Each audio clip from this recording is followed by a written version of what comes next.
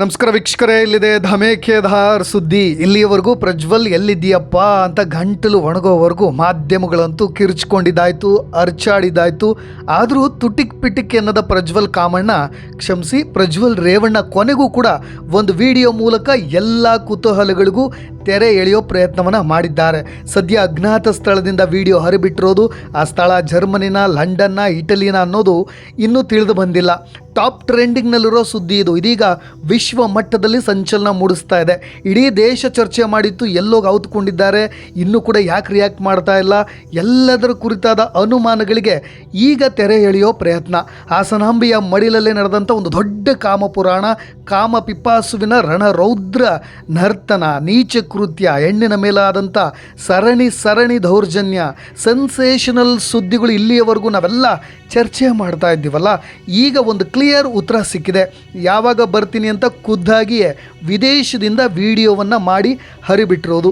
2000ಕ್ಕೂ ಅಧಿಕ ಮಹಿಳೆಯರ ಜೊತೆ ಕಿಂಚಿತ್ತು ನಾಚಿಕೆ ಇಲ್ಲದೆ ಸರಸ ಸಲ್ಲಾಪವಾಡಿ ಇಡೀ ವಿಶ್ವ ಮಟ್ಟದಲ್ಲಿ ಅತಿ ದೊಡ್ಡ ಲೈಂಗಿಕ ಹಗರಣ, ಸಾಮೂಹಿಕ ಅತ್ಯಾಚಾರದ ಆರೋಪ ಹೊತ್ತು ವಿದೇಶದಲ್ಲಿ ಬಚ್ಚಿಟ್ಟುಕೊಂಡಿದ್ದ ಪ್ರಜ್ವಲ್ ಭಾರತಕ್ಕೆ ಮರಳೋ ಶುಭ ದಿನಾಂಕವನ್ನು ಖಚಿತಪಡಿಸಿದ್ದಾರೆ.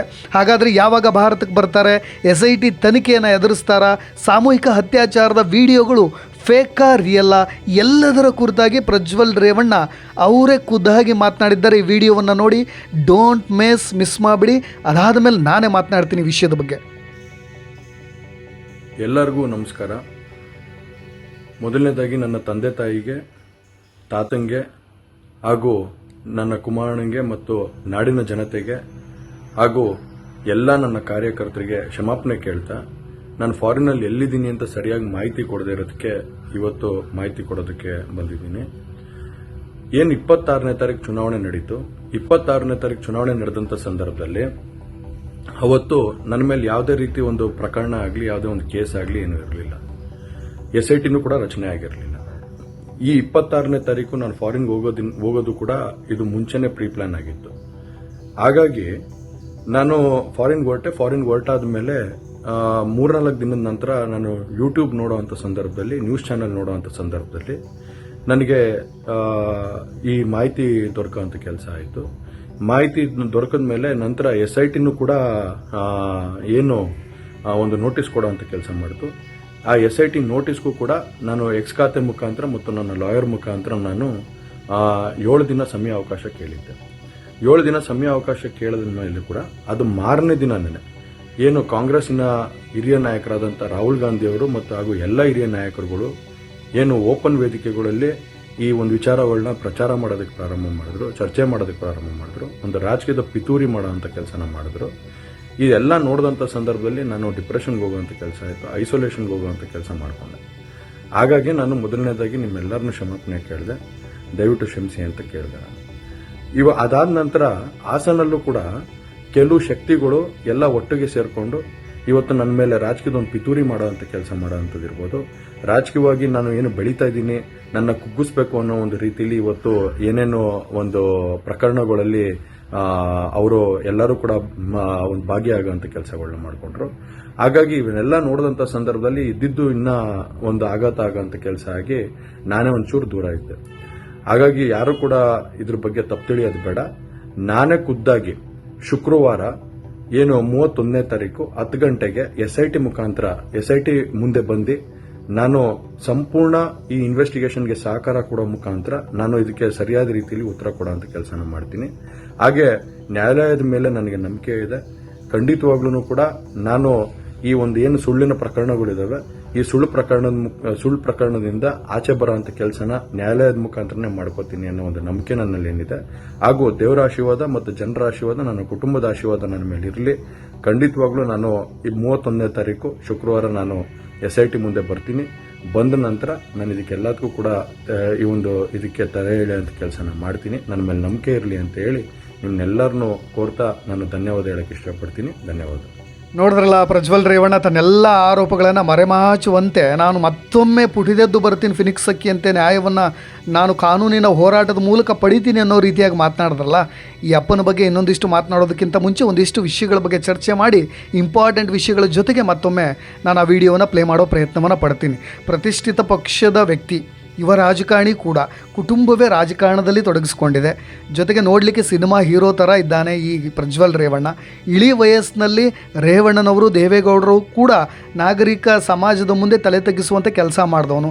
ಅದಾದ ನಂತರ ರೇವಣ್ಣ ಅವ್ರ ಮೇಲೂ ಕೂಡ ಆರೋಪ ಬಂತು. ಅದೇನು SIT ತನಿಖಾ ಹಂತದಲ್ಲಿದೆ ಬಿಡಿ. ವಾಕರಿಕೆ ಅಸಹ್ಯ ಬರುವಂಥ ಕೆಲಸವನ್ನು ಮಾಡಿದಂಥ ಪ್ರಜ್ವಲ್ ರೇವಣ್ಣನ ಕಾಮಕೇಳಿಯನ್ನು ಕಂಡು ಇಡೀ ದೇಶವೇ ಬೆಚ್ಚಿ ಬಿದ್ದಿದೆ. ಬಟ್ ಆದರೆ ಆರಂಭದಲ್ಲಿ ಇದೇ ಕುಮಾರಸ್ವಾಮಿಯವರು ಪ್ರಜ್ವಲ್ ರೇವಣ್ಣ ಅವ್ರ ವಿರುದ್ಧ ತಿರುಗಿ ಬಿದ್ದಿರೋ ಥರ ಮಾತನಾಡ್ತಾ ಇದ್ರು ಮಾಧ್ಯಮಗಳ ಮುಂದೆ. ಅವ್ರ ಕುಟುಂಬಕ್ಕೂ ನಮ್ಮ ಕುಟುಂಬಕ್ಕೂ ಸಂಬಂಧವೇ ಇಲ್ಲ ಅನ್ನೋ ರೀತಿಯಾಗಿ. ಆದರೆ ಕೊನೆಗೆ ಆತನು ಇನ್ನೂ ಕೂಡ ಅಪರಾಧಿ ಅಲ್ಲ, ಆರೋಪ ಸಾಬೀತಾಗಿಲ್ಲ, ಮೊದಲು SIT ತನಿಖೆ ನಡೀಲಿ ಅಂತ ಹೇಳಿ ಪ್ರಜ್ವಲ್ ರೇವಣ್ಣನ್ನೇ ಸಮರ್ಥನೆ ಮಾಡೋ ಕೆಲಸ ಮಾಡಿದ್ರು. ದೇವೇಗೌಡರ ಮನೆ ಒಂದು 2-3 ಬಾರಿ ಓಡಾಟನೂ ಕೂಡ ಮಾಡಿದ್ರು. ಈಗ ಪ್ರಜ್ವಲ್ ರೇವಣ್ಣ ಅವರು ಮಾಡಿರೋ ವಿಡಿಯೋದಲ್ಲಿ ಸ್ಪಷ್ಟವಾಗಿ ಆರಂಭದಲ್ಲಿ ತಂದೆ ತಾಯಿಗೆ ಕ್ಷಮೆ ಕೇಳಿದ್ದಾರೆ, ತಾತನಿಗೆ ಕ್ಷಮೆ ಕೇಳಿದ್ದಾರೆ, ನಾಡಿನ ಜನತೆ ಕ್ಷಮೆ ಕೇಳಿದ್ದಾರೆ, ಕಾರ್ಯಕರ್ತರಿಗೂ ಕ್ಷಮೆ ಕೇಳಿದ್ದಾರೆ. ಜೊತೆಗೆ ನನ್ನ ಕುಮಾರಣ್ಣನಿಗೆ ಅಂತ ಮತ್ತೊಮ್ಮೆ ಇದೇ ಕುಮಾರಸ್ವಾಮಿಯವ್ರನ್ನ ಉಲ್ಲೇಖ ಮಾಡಿ ಪ್ರೀತಿಯಿಂದ ಕ್ಷಮೆ ಕೇಳಿರೋದು. ಇನ್ನು ತಾತ ನೀನು ಕೊನೆಗೂ ಇಲ್ಲಿವರೆಗೂ ರಿಯಾಕ್ಟ್ ಮಾಡದೇ ಇದ್ದರೆ, ಬರದೇ ಇದ್ದರೆ, ವಾಪಸ್ ಬರದೇ ಇದ್ದರೆ ನಾನು ಕ್ಷಮೆ ಕೇಳೋದೇ ಇಲ್ಲ, ಲಾಸ್ಟ್ ವಾರ್ನಿಂಗ್ ಅನ್ನೋ ರೀತಿಯಾಗಿ ಖಡಕ್ಕಾಗಿ ಮಾತನಾಡಿದ್ರು ಬಿಡಿ. ಬಟ್ ಆದರೆ ನಾನು ಫಾರಿನ್ನಲ್ಲಿ ಎಲ್ಲಿದ್ದೀನಿ ಅಂತ ಇಡೀ ವಿಡಿಯೋ ಪೂರ್ತಿ ಅವ್ರು ಎಲ್ಲೂ ಉಲ್ಲೇಖ ಮಾಡಲೇ ಇಲ್ಲ. ಆರಂಭದಲ್ಲಿ ವಿಡಿಯೋ ಸ್ಟಾರ್ಟ್ ಮಾಡಿದಾಗ ಹೇಳಿದ್ರು ನಾನು ಫಾರಿನ್ನಲ್ಲಿ ಎಲ್ಲಿದ್ದೀನಿ ಅಂತ ಹೇಳೋಕೆ ಬಂದಿದ್ದೀನಿ ಅಂತ. ಬಟ್ ಕೊನೆಯವರೆಗೂ ಆತ ಎಲ್ಲಿ ಬಚ್ಚಿಟ್ಟುಕೊಂಡಿದ್ದಾನೆ ಅನ್ನೋದು ಮಾತ್ರ ಹೇಳಲಿಲ್ಲ. ವೈಟ್ ಆ್ಯಂಡ್ ವೈಟ್ನಲ್ಲಿ ಫೋಕಸ್ಡ್ ಕ್ಯಾಮ್ರಾಗೆ ತಮ್ಮ ಫೇಸನ್ನು ಕೊಟ್ಟು 2 ನಿಮಿಷ ಅಟ್ಲೀಸ್ಟ್ ಕೊನೆಗೂ 3 ನಿಮಿಷಗಳ ಕಾಲ ಮಾತನಾಡಿರೋದು. ಎಲ್ಲದನ್ನು ಕ್ಲಿಯರ್ ಕಟ್ಟಾಗಿ ಹೇಳಿದ್ದಾರೆ. ನಾನು 26ನೇ ತಾರೀಕು ಇಲ್ಲಿಂದ ಹೊರದೇಶಕ್ಕೆ ಹೊರಟಾಗಲೂ ಕೂಡ SIT ಟೀಮ್ ರಚನೆ ಆಗಿರಲಿಲ್ಲ. ನಂದು ಪ್ರೀ ಪ್ಲ್ಯಾನ್ಡ್ ಆಗಿತ್ತು ಫಾರಿನಿಗೆ ಹೋಗಲಿಕ್ಕೆ. ಹಾಗಾಗಿ ನನಗೇನು ಮುಂಚೆನೇ ಈ ವಿಡಿಯೋಗಳು ಬಂದಿತ್ತು, ತಲುಪಿತ್ತು ಅನ್ನೋದು ಯಾವುದೂ ಅಲ್ಲ. ನಾನು ಎಲೆಕ್ಷನ್ ಮುಗಿಸ್ಕೊಂಡು ಹೊರಟಾಗ ನನಗೆ ಇದು ಮುಂಚೆನೇ ಪ್ಲ್ಯಾನ್ಡ್ ಮಾಡೇ ಹೊರಟಿದ್ದು ಅಂತ. ಹಾಗಾದರೆ ಮಹಾಶಯರೇ, ನಾನು ಒಂದು ಪ್ರಶ್ನೆಯನ್ನು ಪ್ರಜ್ವಲ್ ರೇವಣ್ಣ ಅವರಿಗೆ ಕೇಳಲೇಬೇಕು. ವಿಡಿಯೋಗಳು ವೈರಲ್ ಆಗಿ 2 ತಿಂಗಳ ಕಾಲಘಟ್ಟ ಆಯಿತು. ನೀವು ಎಲೆಕ್ಷನ್ ಮುಗಿಸಿ ಹೊರಟಿದ್ದು ಏನಕ್ಕೆ ಅನ್ನೋದು ಎಲ್ರಿಗೂ ಕೂಡ ಗೊತ್ತಿದೆ. ಒಂದು ಕಡೆ ಕಾಂಗ್ರೆಸ್ ಪಕ್ಷ ಎಲ್ಲ ಒಕ್ಕಲಿಗರು ಮತ ಸೆಳೆಯೋದಕ್ಕೆ ಸ್ವಲ್ಪ ಲೇಟಾಗಿ ಲೀಕ್ ಮಾಡಿದ್ರೂ ಕೂಡ ಮಾಧ್ಯಮಗಳಲ್ಲಿ ಅದು ಹರಿದಾಡೋದಕ್ಕಿಂತ ಮುಂಚೆನೇ ನಿಮ್ಮ ಕೈ ಸೇರಿತ್ತು ವಿಡಿಯೋಗಳು. ಹೌದಲ್ವಾ, ಇದು ನಾನು ಪ್ರೀ ಪ್ಲ್ಯಾನ್ ಮಾಡ್ಕೊಂಡಿದ್ದೆ, ನಾನು ಯಾವುದೂ ಕೂಡ ಹೆದರಿ ಏನು ಹೋಗಿದ್ದಲ್ಲ ಅಂತ ನೀವು ಇಲ್ಲಿ ಸಮರ್ಥನೆ ಕೊಟ್ಟರು ಕೂಡ ಅದನ್ನು ಜನರು ನಂಬುವಷ್ಟು ಮೂರ್ಖರಲ್ಲ. ಅದನ್ನು ಬದಿಗಿಡೋಣ. ಅದಾದ ನಂತರ ಇವರು ಫಾರಿನ್ಗೆ ಹೋದ ಮೇಲೆ ಅಲ್ಲಿ ಯೂಟ್ಯೂಬ್ ನೋಡಿದ್ರಂತೆ. ಅದಾದ ನಂತರ ಅವರಿಗೆ ಒಂದಿಷ್ಟು ಮಾಹಿತಿಗಳು ಸಿಕ್ತಂತೆ. ಜೊತೆಗೆ ಇನ್ನೊಂದು ಅಚ್ಚರಿಯ ಮಾಹಿತಿನ ಕೂಡ ಕೊಟ್ಟಿದ್ದಾರೆ. ಇಷ್ಟೆಲ್ಲ ಮಾಧ್ಯಮಗಳಲ್ಲಿ ವೈರಲ್ ಆಗಲಿಕ್ಕೆ ಸ್ಟಾರ್ಟ್ ಆಯ್ತಲ್ಲ, ಆವಾಗ ಪ್ರಜ್ವಲ್ ರೇವಣ್ಣ ಅವರು ಡಿಪ್ರೆಷನ್ಗೆ ಹೋಗ್ಬಿಟ್ಟಿದ್ರಂತೆ. ಐಸೋಲೇಷನ್ನಲ್ಲೂ ಕೂಡ ಇದ್ರಂತೆ. ಒಂಟಿಯಾಗಿ ಏಕಾಂತವಾಗಿ ಏನು ಬೇಕಾದರೂ ಕೆಟ್ಟ ಆಲೋಚನೆಗಳನ್ನು, ನಿರ್ಧಾರಗಳನ್ನು ತೆಗೆದುಕೊಳ್ಳೋ ರೀತಿಯಾಗಿ ಪ್ರಜ್ವಲ್ ರೇವಣ್ಣ ಅವರ ಮನಸ್ಥಿತಿ ಇತ್ತಂತೆ. ಆದರೆ ಎಲ್ಲೂ ಕೂಡ ವಿಡಿಯೋದಲ್ಲಿ ಈ ವಿಡಿಯೋವನ್ನು ಹರಿಬಿಟ್ಟಂಥ ಪೆನ್ ಡ್ರೈವ್ ಕಾರ್ತಿಕ್ ಹೆಸರಾಗಲಿ ಅಥವಾ ದೇವರಾಜೇಗೌಡ ಅವರ ಹೆಸರಾಗಲಿ ಎಲ್ಲೂ ಕೂಡ ಉಲ್ಲೇಖ ಮಾಡಲೇ ಇಲ್ಲ. ಅವ್ರ ಬಗ್ಗೆನೂ ಕೂಡ ಹೇಳಲೇ ಇಲ್ಲ. ಬಟ್ ಈ ವಿಡಿಯೋಗಳು ಯಾವುದು ಸತ್ಯ, ಯಾವುದು ಸುಳ್ಳು, ಫೇಕಾ ರಿಯಲ್ಲ ಅನ್ನೋದು ಹೇಳ್ಬೋದಿತ್ತು. ಅದನ್ನು ಕೂಡ ಹೇಳಲಿಲ್ಲ.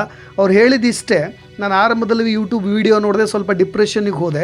ಅದಾದ ನಂತರ SIT ಟೀಮ್ ನೋಟಿಸ್ ಕೊಡ್ತು ನನಗೆ. ಅದಕ್ಕೆ ನಾನು ಒಂದಿಷ್ಟು 7 ದಿನಗಳ ಕಾಲಾವಕಾಶ ಕೇಳಿದೆ.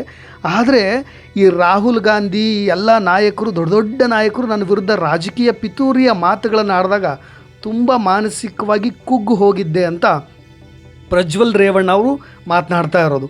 ಯಾವೆಲ್ಲ BJPಯ ನಾಯಕರಾಗಿರ್ಬೋದು, ದೊಡ್ಡ ದೊಡ್ಡ ನಾಯಕರಾಗಿರ್ಬೋದು, ಕರ್ನಾಟಕದಲ್ಲಿ ನನ್ನ ಮೇಲೆ ದೊಡ್ಡ ಪಿತೂರಿ ನಡೀತಾ ಇದೆ ಅಂತ. ಜೊತೆಗೆ ಹಾಸನದಲ್ಲಿರುವ ಎಲ್ಲ ಶಕ್ತಿಗಳು ಕೂಡ ಪಿತೂರಿಯನ್ನು ನಡೆಸಿದ್ವು. ಇದರ ಬಗ್ಗೆ ತಪ್ಪು ತಿಳಿಯೋದು ಬೇಡ, ನಾನು ಮೇ 31ನೇ ತಾರೀಕು ಕರ್ನಾಟಕಕ್ಕೆ ಬಂದೇ ಬರ್ತೀನಿ ಅಂತ ಘಂಟಾಘೋಷವಾಗಿ ಈಗ ಓಪನ್ ಸ್ಟೇಟ್ಮೆಂಟ್ ಕೊಟ್ಟಿರೋದು ಪ್ರಜ್ವಲ್ ರೇವಣ್ಣ ಅವರು. ಅಂತೂ ಇಂತೂ ಒಂದು ಒಳ್ಳೆಯ ಶುಭ ಮುಹೂರ್ತ ಬಂತು, ಯಾವಾಗ ಪ್ರಜ್ವಲ್ ರೇವಣ್ಣ ಅವರು ಭಾರತಕ್ಕೆ ಬರ್ತಾರೆ ಅಂತ. ಎಲ್ಲಿದ್ದಾರೆ ಅಂತ ಪ್ರತಿನಿತ್ಯ ಮಾಧ್ಯಮಗಳನ್ನು ನೋಡಿ ನೀವು ಸುಸ್ತಾಗಿದ್ರಿ. ಒಂದು ಶುಭ ಗಳಿಗೆ ಕೂಡಿ ಬಂದಿದೆ. SIT ತನಿಖೆ ಹಾಜರಾಗ್ತಾ ಇದ್ದಾರೆ. ಅದು ಕೂಡ ಮೇ 31 ಬೆಳಗ್ಗೆ 10 ಗಂಟೆಗೆ. ಎಲ್ಲರೂ ಕೂಡ ನೋಟ್ ಮಾಡ್ಕೊಳ್ಳಿ, ಬರೆದಿಡ್ಕೊಳ್ಳಿ. ಎಷ್ಟು ಆಘಾತಕ್ಕೊಳಗಾಗಿದ್ದಾರಲ್ಲ ಪ್ರಜ್ವಲ್ ರೇವಣ್ಣ ಅವರು, ಅದನ್ನೆಲ್ಲವನ್ನು ಈಗ ಒಂದಿಷ್ಟು ಸಮಾಧಾನ ಆದಮೇಲೆ, ತಿಳಿ ಆದಮೇಲೆ ಈಗ ಮುಕ್ತವಾಗಿ ಮಾತನಾಡಿರೋದಂತೆ. ಹಾಗಾಗಿ ಇನ್ನು ಮುಂದೆ SITಗೆ ಹಾಜರಾಗ್ತಾರೆ. ಮೇ 31 ಬೆಳಗ್ಗೆ 10 ಗಂಟೆಗೆ SITಯ ಇನ್ವೆಸ್ಟಿಗೇಷನ್ ಕೂಡ ಎದುರಿಸ್ತಾರಂತೆ. ಜೊತೆಗೆ ಅವರು ಇನ್ನೊಂದು ಮಾತು ಹೇಳಿದ್ರು, ಇವೆಲ್ಲ ಸುಳ್ಳು ಪ್ರಕರಣಗಳಿಂದ ಹೊರಗೆ ಬರ್ತೀನಿ ಅಂತ. ಹಾಗಾದರೆ ಈ ಸಂತ್ರಸ್ತಿಯರೆಲ್ಲ ಮಾಡಿರೋ ಆರೋಪಗಳು ಎಷ್ಟು ಸತ್ಯ, ಎಷ್ಟು ಸುಳ್ಳು? ಹಾಗಾದರೆ ಮನೆ ಕೆಲಸದವ್ರ ಜೊತೆ ನೀವು ಮಾಡಿದ್ರಲ್ಲ, ಆ ವಿಡಿಯೋಗಳಲ್ಲಿ ಕಾಣಿಸ್ಕೊಂಡಿದ್ದೀರಲ್ಲ, ನಿಮ್ಮ ಸ್ಪಷ್ಟ ವಾಯ್ಸ್ಗಳು ಕೇಳಿಬರುತ್ತಲ್ಲ, ಅಥವಾ ನಿಮ್ಮ ಮನೆಯ ದೃಶ್ಯಗಳೇ ಕೇಳಿಬರುತ್ತಲ್ಲ, ಅದಕ್ಕೆಲ್ಲ ಏನು ಉತ್ತರ ಕೊಡ್ತೀರಾ? ಹಾಗಾದರೆ ರೇವಣ್ಣ ಅವರು ಇದೇ ಸಂತ್ರಸ್ತಿಯನ್ನು ಬಚ್ಚಿಟ್ರಲ್ಲ ತೋಟದಲ್ಲಿ, ಅದಕ್ಕೆ ಯಾವ ಉತ್ತರವನ್ನು ಕೊಡ್ತೀರಿ? ಇವೆಲ್ಲ ಸುಳ್ಳು ಪ್ರಕರಣಗಳಾಗಾದರೆ ಇವೆಲ್ಲದಕ್ಕೂ ಕೂಡ ನಾನು ಹೇಳ್ತೀನಲ್ಲ, ಎಲ್ಲ ಕಣ್ಣು ಮುಂದೆ ಸ್ಪಷ್ಟವಾಗಿ ಕಾಣ್ತಾ ಇದೆ. ನೀವು ಬಚ್ಚಿಡೋದೇನಿಲ್ಲ. ಅವು ಸುಳ್ಳು ಪ್ರಕರಣಗಳನ್ನು SIT ತನಿಖೆಯನ್ನು ಎದುರಿಸಿ ನೀವು ಸಾಬೀತುಪಡಿಸಿ. ಒಂದು ಕಡೆ ಅದು ಬದಿಗಿಟ್ಟು ಮಾತನಾಡೋಣ. ಈಗ ಸದ್ಯ ಅವ್ರು ಬರೋ ಡೇಟ್ ಅಂತೂ ಫಿಕ್ಸ್ ಆಗಿದೆ. ಮೇ 31ಕ್ಕೆ SIT ಮುಂದೆ ಬರ್ತಾರಂತೆ. ಇವೆಲ್ಲ ಸುಳ್ಳು ಪ್ರಕರಣಗಳಿಂದ ಹೊರಗೆ ಬಂದು ಅವರಿಗೆ ನ್ಯಾಯ ಸಿಗೋದು ಖಂಡಿತ ಅಂತೆ. ಅದಕ್ಕೆಲ್ಲ ಸಹಕಾರವನ್ನು ಕೊಡ್ತಾರಂತೆ. SIT ಟೀಮ್ ಏನೇನು ಕೇಳ್ತೋ ಎಲ್ಲದಕ್ಕೂ ಕೂಡ ನಾನು ಸಹಕಾರ ಕೊಡ್ತೀನಿ ಅಂತ ವಿಡಿಯೋದಲ್ಲಿ ಹೇಳ್ಕೊಂಡಿದ್ದಾರೆ. ಇನ್ನು ಯಾವ ದೇಶದಿಂದ ಬರ್ತಾರೆ ಏನು ಎತ್ತ ಅದು ಇನ್ನೂ ಕೂಡ ಕನ್ಫರ್ಮ್ ಆಗಿಲ್ಲ. ಇನ್ನು ಆ ಡೇಟ್ 31 ಬರೋದಕ್ಕಿಂತ ಮುಂಚೆ ಮತ್ತೊಂದು ವಿಡಿಯೋವನ್ನೇನಾದರೂ ಹರಿಬಿಡ್ತಾರ, ಕಾದು ನೋಡಬೇಕಾಗಿದೆ. ಒಟ್ಟಾರೆಯಾಗಿ ಈ ಪೆನ್ ಡ್ರೈವ್ನಲ್ಲಿ ಇತ್ತಲ್ಲ ವೀಡಿಯೋಗಳು, ಪ್ರತಿಯೊಂದು ಅನಾಗರಿಕ ಮೃಗನಂತೆ ವರ್ತಿಸಿರೋ ವೀಡಿಯೋಗಳು. ಹಾಗಾದರೆ ಅದೆಲ್ಲ ಯಾರದ್ದು? ಅದೆಲ್ಲ ಏನು ಡೀಪ್ ಫೇಕಾ ಅಥವಾ ಮಾರ್ಫಿಂಗ್ ಮಾಡಿರೋದಾ ಅಥವಾ ತಾನೇ ಮೊಬೈಲ್ನಲ್ಲಿ ತೆಗೆದ ವೀಡಿಯೋಗಳ? ಎಲ್ಲದೂ ಕೂಡ ಗೊತ್ತಾಗಲಿದೆ. ಎಲ್ಲ ದೇವರಾಜೇಗೌಡ, ಕಾರ್ತಿಕ್, ಪ್ರಜ್ವಲ್ ರೇವಣ್ಣ ಮತ್ತು ಇತ್ತ ಭವಾನಿ ರೇವಣ್ಣ ಇವರ ಸುತ್ತವೇ ತನಿಖೆ ಆರಂಭ ಆಗುತ್ತೆ. SIT ಕೂಡ ನೋಟಿಸ್ ಕೊಟ್ಟಿದೆ, ಇಶ್ಯೂ ಮಾಡಿದೆ. ಭವಾನಿ ರೇವಣ್ಣ ಅವರು ಕೂಡ ವಿಚಾರಣೆಯನ್ನು ಎದುರಿಸಬೇಕಾಗತ್ತೆ. ಅಂತೂ ಇಂತೂ ನಿಮಗಿತ್ತಲ್ಲ ಒಂದು ಟೆನ್ಷನ್, ಎಲ್ಲಿದ್ದಾನಪ್ಪ ಪ್ರಜ್ವಲ್ ರೇವಣ್ಣ ಅಂತ, ಅದಕ್ಕೆ ಸ್ಪಷ್ಟ ಸಂದೇಶ ಅಂತೂ ಸಿಕ್ಕಿದೆ. ಹಬ್ಬ ಮಾಡ್ತಾರೆ ಎಲ್ಲ ಮಾಧ್ಯಮಗಳು. ನೋಡೋಣ ಏನಾಗುತ್ತೆ ವಿಚಾರಣೆ ತನಿಖೆ. ಅಂತೂ ಪ್ರಜ್ವಲ್ ರೇವಣ್ಣನ ಇಲ್ಲಿಯವರೆಗೂ ಇದು ಕನ್ಫ್ಯೂಷನ್ಸ್ಗೆ ತೆರೆ ಸಿಕ್ತಲ್ಲ, ಅದೇ ಸಮಾಧಾನ. ಅಂತೂ ಸಂತ್ರಸ್ತಿಯರಿಗೆ ನ್ಯಾಯ ಸಿಗಲಿ.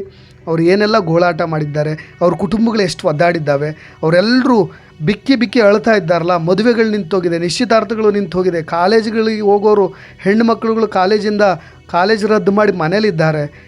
ಅವರ ಗಂಡಂದಿರು ಸಮಾಜದ ಮುಂದೆ ತಲೆ ಎತ್ತಿ ಓಡಾಡ್ಲಿಕ್ಕೆ ಆಗ್ತಿಲ್ಲ. ಅವರೆಲ್ಲರಿಗೂ ನ್ಯಾಯ ಸಿಗಲಿ ಅನ್ನೋದೇ ನನ್ನ ಕೊನೆಯ ಮಾತು. ಇದೇ ರೀತಿಯಾದಂಥ ವಿಷಯಗಳೊಂದಿಗೆ ಮತ್ತೆ ಬರ್ತಾರೆ ನನ್ನ ರಾಕೇಶ್ ಆರುಂಡಿ. ಧನ್ಯವಾದಗಳು. ಮತ್ತೊಮ್ಮೆ ಈ ವಿಡಿಯೋವನ್ನು ನೋಡಿ. ಎಲ್ಲರಿಗೂ ನಮಸ್ಕಾರ. ಮೊದಲನೇದಾಗಿ ನನ್ನ ತಂದೆ ತಾಯಿಗೆ, ತಾತಂಗೆ ಹಾಗೂ ನನ್ನ ಕುಮಾರನಿಗೆ ಮತ್ತು ನಾಡಿನ ಜನತೆಗೆ ಹಾಗೂ ಎಲ್ಲ ನನ್ನ ಕಾರ್ಯಕರ್ತರಿಗೆ ಕ್ಷಮಾಪಣೆ ಕೇಳ್ತಾ, ನಾನು ಫಾರಿನಲ್ಲಿ ಎಲ್ಲಿದ್ದೀನಿ ಅಂತ ಸರಿಯಾಗಿ ಮಾಹಿತಿ ಕೊಡದೇ ಇರೋದಕ್ಕೆ ಇವತ್ತು ಮಾಹಿತಿ ಕೊಡೋದಕ್ಕೆ ಬಂದಿದ್ದೀನಿ. ಏನು 26ನೇ ತಾರೀಕು ಚುನಾವಣೆ ನಡೀತು. 26ನೇ ತಾರೀಕು ಚುನಾವಣೆ ನಡೆದಂಥ ಸಂದರ್ಭದಲ್ಲಿ ಅವತ್ತು ನನ್ನ ಮೇಲೆ ಯಾವುದೇ ರೀತಿ ಒಂದು ಪ್ರಕರಣ ಆಗಲಿ, ಯಾವುದೇ ಒಂದು ಕೇಸ್ ಆಗಲಿ ಏನೂ ಇರಲಿಲ್ಲ. SITನೂ ಕೂಡ ರಚನೆ ಆಗಿರಲಿಲ್ಲ. ಈ 26ನೇ ತಾರೀಕು ನಾನು ಫಾರಿನ್ಗೆ ಹೋಗೋದು ಕೂಡ ಇದು ಮುಂಚೆನೇ ಪ್ರೀ ಪ್ಲಾನ್ ಆಗಿತ್ತು.